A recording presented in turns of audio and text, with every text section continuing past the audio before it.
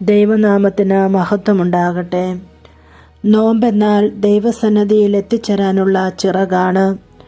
നോമ്പ് കേവലം ചില ചടങ്ങുകളുടെ ആചരണമല്ല. നോമ്പ് വിശുദ്ധമായി ആചരിക്കേണ്ട ഒരു കർമ്മമാണ്.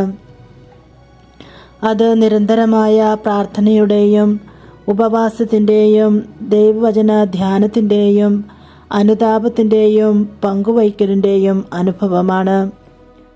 വിശുദ്ധിയുടെ 50 ദിനങ്ങൾ നമുക്ക് ആത്മപരിശോധനയുടെ ദിനങ്ങളായി മാറണം. ദീർഘദർശിയായ മോശ സീനായി മലയിലേക്ക് കയറി ചെന്ന് 40 ദിനരാത്രങ്ങൾ പ്രാർത്ഥിച്ച് ഉപവസിച്ച് ദൈവിക സംസർഗത്തിൽ കഴിഞ്ഞു. മോശ 2 കൽപ്പലകളിലായി യഹോവയിൽ നിന്ന് 10 കൽപ്പനകൾ സ്വീകരിച്ച് സീനായി മലയിൽ നിന്ന് അടിവാരത്തിലേക്ക് ഇറങ്ങുമ്പോൾ അവൻ്റെ മുഖം സൂര്യനെ പോലെ ജ്വലിച്ചു എന്ന് ഇസ്രായേൽ മക്കൾ കണ്ടെത്തി.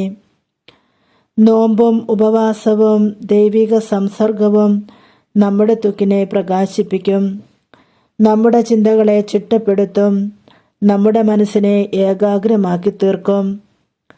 മോശയുടെ മുഖം സൂര്യനെ പോലെ തിളങ്ങിയെങ്കിൽ ഈ നോമ്പിൻ്റെ അനുഗ്രഹീതമായ നിമിഷങ്ങളിലൂടെ ദൈവവുമായിട്ടുള്ള അഭേദ്യമായ ബന്ധത്തിലൂടെ പ്രകാശത്തിലേക്ക് കടന്നു വരുവാൻ നമുക്ക് സാധിക്കട്ടെ. ആമേൻ.